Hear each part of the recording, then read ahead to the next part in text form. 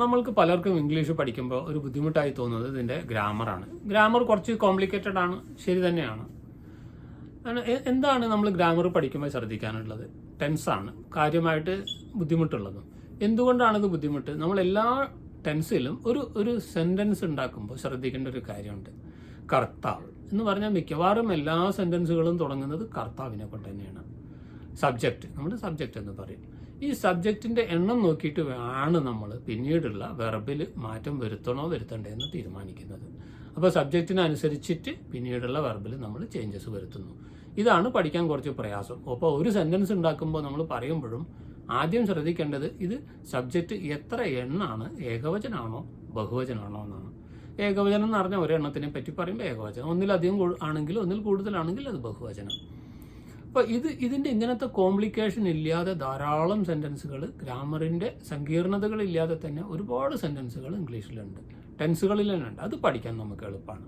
അത് അത്യാവശ്യം ഫ്ലുവൻ്റായിട്ട് നന്നായിട്ട് നമുക്ക് പഠിച്ചു വെക്കാം. ഗ്രാമറിൻ്റെ കോംപ്ലിക്കേഷൻ ഒന്നും അവിടെ ഇല്ല. അപ്പോൾ ചെറിയൊരു ഉദാഹരണം നമ്മൾ നോക്കുകയാണെങ്കിൽ, നമ്മളൊരു കാര്യം ചെയ്യണം, പറയണം, എഴുതണം, കഴിക്കണം, പോകണം എന്നൊക്കെ പറയുമ്പോൾ ഹാസ് ടു, ഹാവ് ടു ഇങ്ങനെയാണ് രണ്ടെണ്ണമാണ് ഉപയോഗിക്കാറുള്ളത്. രണ്ടിൻ്റെ അർത്ഥം ഒന്ന് തന്നെയാണ്. ഹാസ് ടു ഒരു കാര്യം ചെയ്യണം, പറയണം, എഴുതണം, പോകണം, കുടിക്കണം, കളിക്കണം എന്നൊക്കെ പറയുമ്പോൾ ഹാസ് ടു, ഹാവ് ടു എന്ന് രണ്ടെണ്ണമാണ് ഉപയോഗിക്കേണ്ടത്. ഈ രണ്ടെണ്ണം എന്തിനാണെങ്കിൽ ഹാസ് ടു എന്നുള്ളത് ഈ കർത്താവ്, ഒരു സെൻറ്റൻസിൻ്റെ കർത്താവ് എന്താണ്, ഏകവചനമായിട്ട് വരുമ്പോൾ ഹാസ് ടു ഉപയോഗിക്കണം. ബഹുവചനാണ് കർത്താവെങ്കിൽ ഹാവ് ടു ഉപയോഗിക്കണം. ഇനി ഇത് കൂടാതെ ഐ, വി, യു, ദേ ഈ നാലെണ്ണം വരുന്നെങ്കിൽ ഹാവ് ടു ഉപയോഗിക്കണം എന്നാണ് നിയമം. അതുപോലെ തന്നെ ഹി, ഷീ, ഇറ്റ് ആണ് വരുന്നതെങ്കിൽ സബ്ജക്റ്റ് ഹാസ് ടു ഉപയോഗിക്കുക. ഹി, ഷീ, ഇറ്റിന് ശേഷം has to. I, we, you, they ഈ നാലെണ്ണത്തിൻ്റെ കൂടെ എപ്പോഴും ഹാവ് ടു ഉപയോഗിക്കുക. അപ്പോൾ എനിക്ക് എഴുതണം, I have to write. She has to write, അവൾക്ക് എഴുതണം. ഷീ ഏകവചനാണ്, അപ്പോൾ ഹാസ് ടു എന്നാണ് ഉപയോഗിക്കേണ്ടത്. ഇനി ഇത് കൂടാതെ മറ്റ് പേരുകളൊക്കെ എന്തെങ്കിലുമൊക്കെ ഏകവചനമായിട്ട് വരാം. ഒരു രാജ്യത്തിൻ്റെ പേരാണ് സബ്ജക്റ്റെങ്കിൽ അപ്പോൾ ഹാസ് ടു ആണ് ഉപയോഗിക്കേണ്ടത്. രാജ്യങ്ങളുടെ പേരോ മറ്റെന്തിൻ്റെങ്കിലും പേരുകൾ സബ്ജക്റ്റായിട്ട് വരാം. ഒന്നാണോ പേരുകൾ, രണ്ടാണോ, ഒന്നിൽ കൂടുതലാണോ എന്ന് നോക്കണം. ഒന്നാണെങ്കിൽ ഹാസ് ടു ഉപയോഗിക്കുക, ഒന്നിൽ കൂടുതലാണെങ്കിൽ ഹാവ് ടു ഉപയോഗിക്കുക. ഇതാണ് ഇപ്പോൾ ഈ ഹാസ് ടു, ഹാവ് ടുവിൻ്റെ നിയമം. ഇതിനൊരു പാസ്റ്റും കൂടെ ഉണ്ട്. ഹാസ് ടു, ഹാവ് ടുവിൻ്റെ അർത്ഥം നമ്മൾ എന്താണ്, ഒരു കാര്യം ചെയ്യണം, എഴുതണം, പറയണം, പോകണം. അപ്പോൾ ഇതിൻ്റെ പാസ്റ്റിലത്തെ അർത്ഥം എന്തായിരിക്കും? ചെയ്യേണ്ടതുണ്ടായിരുന്നു, ചെയ്യേണ്ടി വന്നു, ഈ രീതിയിലാണ് അർത്ഥം വരിക. അതിൻ്റെ പാസ്റ്റാണ് ഹാഡ് ടു എന്നുള്ളത്. ഹാഡ് ടു എന്ന് പറഞ്ഞാൽ ചെയ്യേണ്ടി വന്നു, ചെയ്യേണ്ടതുണ്ടായിരുന്നു. Has to, she has to go to the market. She has to go to the market. അവൾക്ക് മാർക്കറ്റിൽ പോകണം. ഇനി അവൾക്ക് മാർക്കറ്റിൽ പോകേണ്ടതുണ്ടായിരുന്നു. She had to go to the market. She had to go to the market. അവൾക്ക് മാർക്കറ്റിൽ പോകേണ്ടി വന്നു അല്ലെങ്കിൽ പോകേണ്ടതുണ്ടായിരുന്നു. ഹാസ് ടുവിൻ്റെ പാസ്റ്റാണ് ഹാഡ് ടു. ഹാവ് ടുവിൻ്റെ പാസ്റ്റ് തന്നെയാണ് ഹാഡ് ടു. അവിടെ നമുക്ക് രണ്ടെണ്ണം ഹാസ് ടു, ഹാവ് ടു ഉള്ളത് എന്തുകൊണ്ടാണ്? ഒന്ന് ഏകവചന കർത്താവിൻ്റെ കൂടെ ഉപയോഗിക്കാനും ഒന്ന് ബഹുവചന കർത്താവിൻ്റെ കൂടെ ഉപയോഗിക്കാനും. ഇവിടെ ഏകവചന കർത്താവായാലും ബഹുവചനം കർത്താവായാലും ഹാഡ് ടു എന്നുള്ളത് ഒരെണ്ണേ ഉള്ളൂ. അപ്പോൾ നിങ്ങൾക്കൊരു ടെൻഷനും വേണ്ട. ആർക്കും ഇംഗ്ലീഷ് പഠിക്കുന്നവർക്കൊരു ടെൻഷൻ്റെ ആവശ്യമില്ല.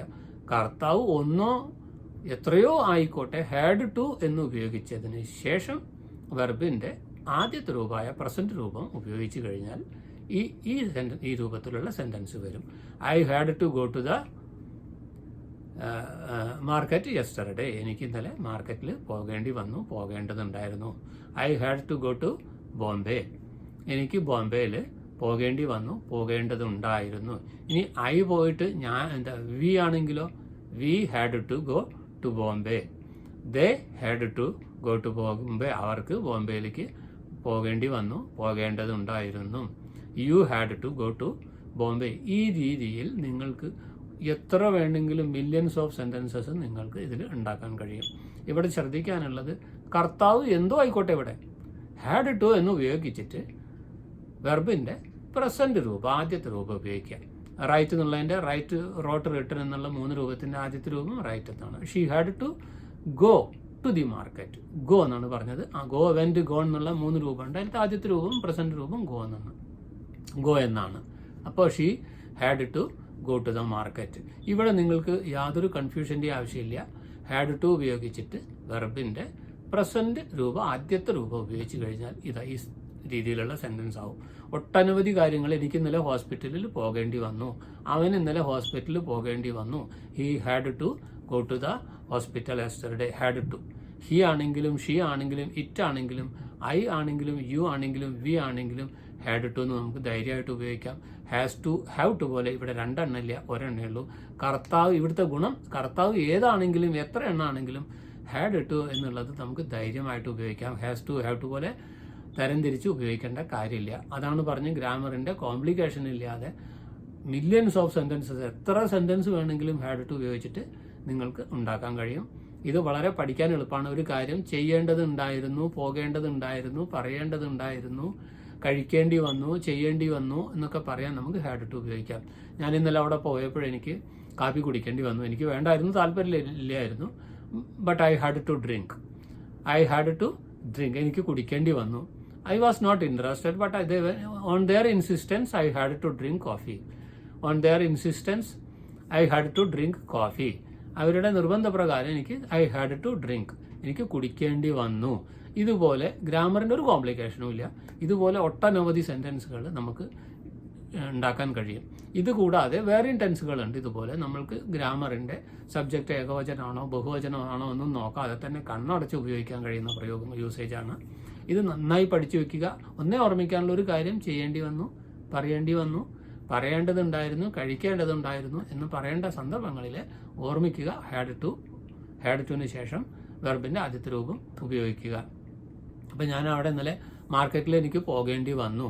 ഇനി വേറെ വഴിയൊന്നും ഉണ്ടായിരുന്നില്ല, തിരക്കൊക്കെ ആയിരുന്നു, എങ്കിലും എനിക്ക് ഇന്നലെ മാർക്കറ്റിൽ പോകേണ്ടി വന്നു എന്ന് നമ്മൾ പറയില്ലേ. അപ്പോൾ I had to go to the market yesterday. ഇനി അവൾക്ക് ഇന്നലെ അവിടെ ഹോസ്പിറ്റലിൽ പോകേണ്ടി വന്നു, അവളുടെ കുട്ടി അസുഖമാണ്. അപ്പോൾ she had to go to the hospital yesterday. She had to go to the hospital yesterday. അവൾക്ക് ഇന്നലെ ഹോസ്പിറ്റലിൽ പോകേണ്ടി വന്നു. ഇനി ഹാഡ്, നമ്മുടെ പാസ്റ്റ് പെർഫെക്റ്റിൻ്റെ ഒരു രീതി വേറെ ഉണ്ട്. ഹാഡ് റിട്ടേൺ, ഹാഡ് ഗോൺ എന്നുള്ളത് അത് കുറച്ച് വ്യത്യാസമുണ്ട്. ഹാഡ് നമ്മൾ ഉപയോഗിക്കുമ്പോൾ അവിടെ നമ്മൾക്കൊരു ഗുണമുണ്ട്. He had return A letter. അവനൊരു കത്ത് എഴുതിയിട്ടുണ്ടായിരുന്നു. ഈ ടെൻസും നമുക്ക് വളരെ ധൈര്യമായിട്ട് ഉപയോഗിക്കാം. ഇവിടെ കോംപ്ലിക്കേഷൻ ഇല്ലാതെ. കർത്താവ് ഏത് വന്നാലും, സിംഗുലർ ആയാലും പ്ലൂറൽ ആയാലും, ഹാഡ് ഉപയോഗിച്ചതിന് ശേഷം വെർബിൻ്റെ മൂന്നാമത്തെ രൂപമായിട്ടുള്ള പാസ്റ്റ് പാർട്ടിസിപ്പിൾ ഉപയോഗിക്കുക. അപ്പോൾ അവൾ ഒരു കത്ത് എഴുതിയിട്ടുണ്ടായിരുന്നു എന്നുള്ള അർത്ഥത്തിലാണ് അവിടെ. പോകേണ്ടി വന്നു, എഴുതേണ്ടി വന്നു എന്നുള്ളതല്ല. അവളൊരു കത്ത് എഴുതിയിട്ടുണ്ടായിരുന്നു. She had return. ഇനി ഞാനാണെങ്കിലോ ഐ ഹാഡ് റിട്ടേൺ. ഇവിടെയും ഈ പെർഫെക്റ്റ് ടെൻസിലും നമ്മൾ ഒരു കാര്യം ചെയ്തിട്ടുണ്ടായിരുന്നു, പറഞ്ഞിട്ടുണ്ടായിരുന്നു, പോയിട്ടുണ്ടായിരുന്നു എന്ന് പറയണമെങ്കിൽ നമുക്ക് സബ്ജക്റ്റ് സിംഗുലർ ആണോ ഏതാണോ ഒന്നും നോക്കേണ്ട കാര്യമില്ല. ഹാഡ് ഉപയോഗിച്ചതിന് ശേഷം വെർബിൻ്റെ മൂന്നാമത്തെ രൂപമായുള്ള പാസ്റ്റ് പാർട്ടിസിപ്പിൾ എഴുതിയാൽ ആ സെൻറ്റൻസ് ആയി. ഐ ഹാഡ് ടേക്കൺ, ഞാൻ എടുത്തിട്ടുണ്ടായിരുന്നു. She had taken. ഷീ വന്നപ്പോൾ ഏകവചനമാണ്, അപ്പോഴും ഹാഡ് ടേക്കൺ തന്നെ വരും, ഒരു മാറ്റവും. They had taken. അപ്പോൾ ഇവിടെ കർത്താവ് എന്തായാലും ഏതായാലും എത്ര എണ്ണ ആയാലും ഹാഡ് ഉപയോഗിച്ചിട്ട് പിന്നെ വെർബിൻ്റെ മൂന്നാമത്തെ രൂപം ഉപയോഗിച്ച് കഴിഞ്ഞാൽ ആ കാര്യം ചെയ്തിട്ടുണ്ടായിരുന്നു, പറഞ്ഞിട്ടുണ്ടായിരുന്നു, കഴിച്ചിട്ടുണ്ടായിരുന്നു, പോയിട്ടുണ്ടായിരുന്നു എന്നുള്ള സെൻറ്റൻസായി മാറും. ഇവിടെ ഗ്രാമറിൻ്റെ യാതൊരു കോംപ്ലിക്കേഷൻ്റെ ആവശ്യമില്ല, യാതൊരു സങ്കീർണതകളും ഇവിടെ ഇല്ല. ഹാഡ് റിട്ടൺ ഒരു രൂപം, ഹാഡ് ടു മറ്റൊരു രൂപം. ഒന്ന് ചെയ്തിട്ടുണ്ടായിരുന്നു, ചെയ്യേണ്ടി വന്നു. ഹാഡ് റിട്ടൺ എഴുതിയിട്ടുണ്ടായിരുന്നു. ഹാഡ് ടേക്കൺ എടുത്തിട്ടുണ്ടായിരുന്നു. ഹാഡ് ടു ഡു ചെയ്യേണ്ടി വന്നു, ചെയ്യേണ്ടതുണ്ടായിരുന്നു. ഇതാണ് ഇതിൽ അർത്ഥത്തിലുള്ള വ്യത്യാസം വരുന്നത്. കഴിച്ചിട്ടുണ്ടായിരുന്നു എന്ന് ഹാഡ് ഈറ്റൺ, കഴിച്ചിട്ടുണ്ടായിരുന്നു. ഹാഡ് ടു ടേക്ക് എടുക്കേണ്ടി വന്നു, എടുക്കേണ്ടതുണ്ടായിരുന്നു. ഇതാണ് അർത്ഥത്തിലുള്ള വ്യത്യാസം. Had to, had written, had taken എന്നുള്ളതിൻ്റെ ഇവിടെ ഗ്രാമറിൻ്റെ കോംപ്ലിക്കേഷൻ ഇല്ല. കർത്താവ് ഏതാണെങ്കിലും ധൈര്യമായിട്ട് ഹാഡ് ടു ഉപയോഗിച്ചിട്ട് വെർബിൻ്റെ ആദ്യത്തെ രൂപം ഉപയോഗിക്കുക. ഹാഡ് റിട്ടൺ എന്നുള്ള രീതിയിലാണ് ഉപയോഗിക്കുന്നതെങ്കിൽ ഹാഡിന് ശേഷം I had written, I had written വെർബിൻ്റെ മൂന്നാമത്തെ രൂപം ഉപയോഗിക്കുക. ഇവിടെ ടു ചേർക്കരുത്, അർത്ഥം മാറിപ്പോവും. ഐ ഹാഡ് റിട്ടൺ, ഞാൻ എഴുതിയിട്ടുണ്ടായിരുന്നു. I had gone to the market yesterday, ഞാൻ ഇന്നലെ മാർക്കറ്റിൽ പോയിട്ട് ഉണ്ടായിരുന്നു. ഹാഡ് റിട്ടൺ, ഹാഡ് എന്ന് പറഞ്ഞാൽ ഉണ്ടായിരുന്നു എന്നാണ് അർത്ഥം. ഹാഡ് ഗോൺ പോയിട്ടുണ്ടായിരുന്നു. ഈ വീഡിയോ ഇവിടെ പൂർണ്ണമാകുന്നു. ആദ്യമായിട്ട് ചാനൽ കാണുന്നവരാണെങ്കിൽ സബ്സ്ക്രൈബ് ചെയ്യാൻ മറക്കരുത്. അതുപോലെ തന്നെ ഇഷ്ടപ്പെട്ടുവെങ്കിൽ ലൈക്ക് ചെയ്യാനും ഷെയർ ചെയ്യാനും മറക്കരുത്. അടുത്ത വീഡിയോയിൽ ഇതുപോലെ ഗ്രാമർ ഉപയോഗിക്കാതെ ഒട്ടനവധി സെൻറ്റൻസുകൾ നമുക്ക് ഉണ്ടാക്കാനും ഉപയോഗിക്കാനും കഴിയും. അതിനെക്കുറിച്ച് തുടരുന്നതാണ് അടുത്ത വീഡിയോയിൽ. അതുവരെ എല്ലാവർക്കും നന്ദി, നമസ്കാരം.